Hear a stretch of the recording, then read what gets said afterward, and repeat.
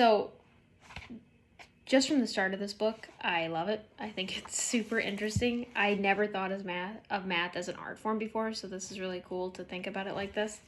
When I was talking in the last lesson that we had to turn in, I had explained that growing up, I was terrified of math. I didn't think I could do it. I didn't think that I had the mind for it.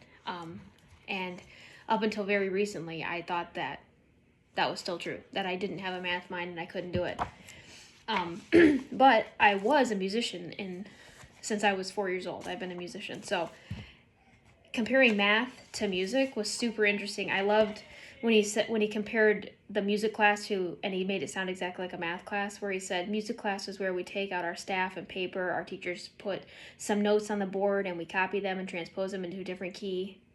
And the teacher is very picky about making sure we fill in our quarter notes completely. And that's so true about definitely the way that I was taught in math, that everything had to look exactly like the teacher put, this is how you do it, this is the formula, this is it.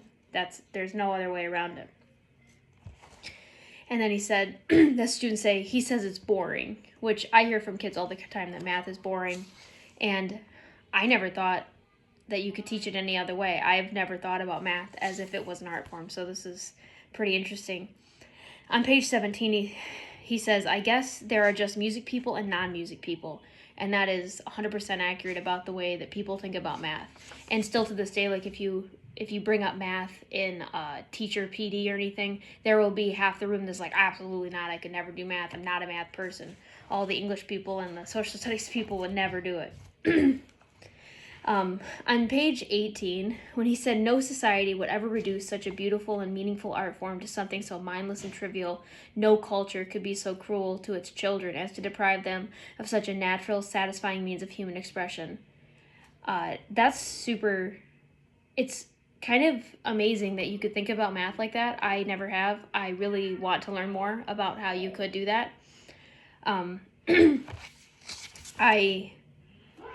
It seems like such a far reach from the way that we teach math and the way that I learned everything I know about math. To think of it as like a creative expression would be kind of crazy, but also super interesting. I'd love to see how that could be. I love when he was talking about paint by numbers in the art section, and that's exactly what we do with math. It is paint by numbers, but for math, these are the formulas, you put the numbers in, and then you do the same set of problems over and over again. And I can see how that could be mindless and boring and not creative at all. That's on page 20. Yeah, senseless, soul-crushing.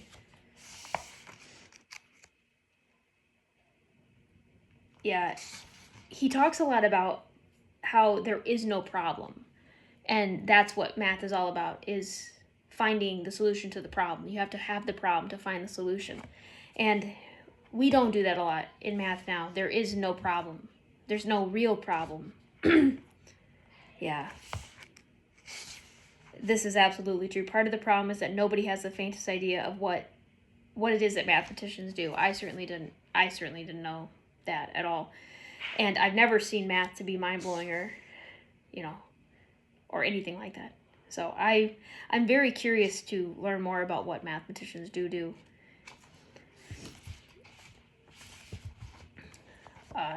On page 24, he talks about simple is beautiful. The simplest possible things are imaginary.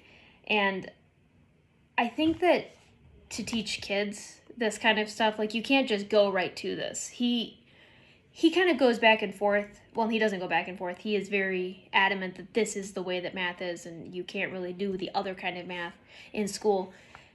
I disagree with that. I think that you need to teach the formulas. You need to teach them some kind of context that they can understand about working with numbers, because if you don't know how to work with numbers, you can't really imagine things if you don't know anything about it.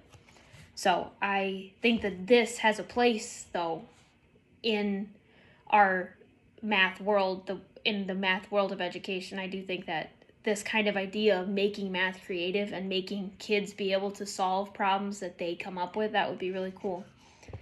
On page 25, when he's talking about that when he's creating new kinds of math problems or having a new math experience. The amazing thing about making imaginary patterns is they talk back. I thought that was super cool. It's like fiction writers when they talk about when they're writing a new character. Sometimes the character does things that they didn't know they were going to do.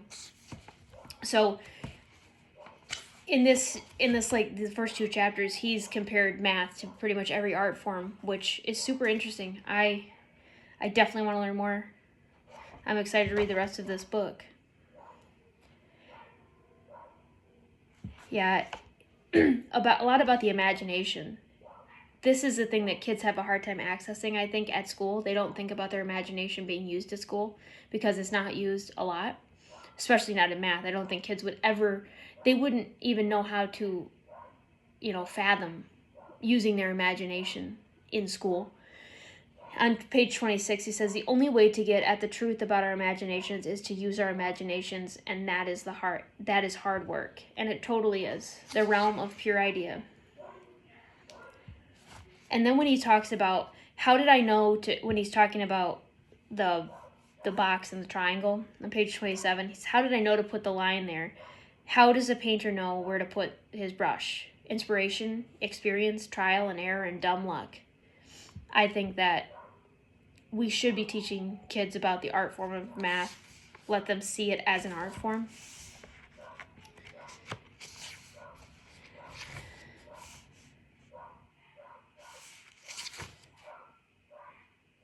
Yeah. The way that he talks in 32 about that math is important, and so it's taken away as an art form, I don't think that's totally accurate, because art forms are important too. So I understand what he's saying, but I don't know that I agree totally with that.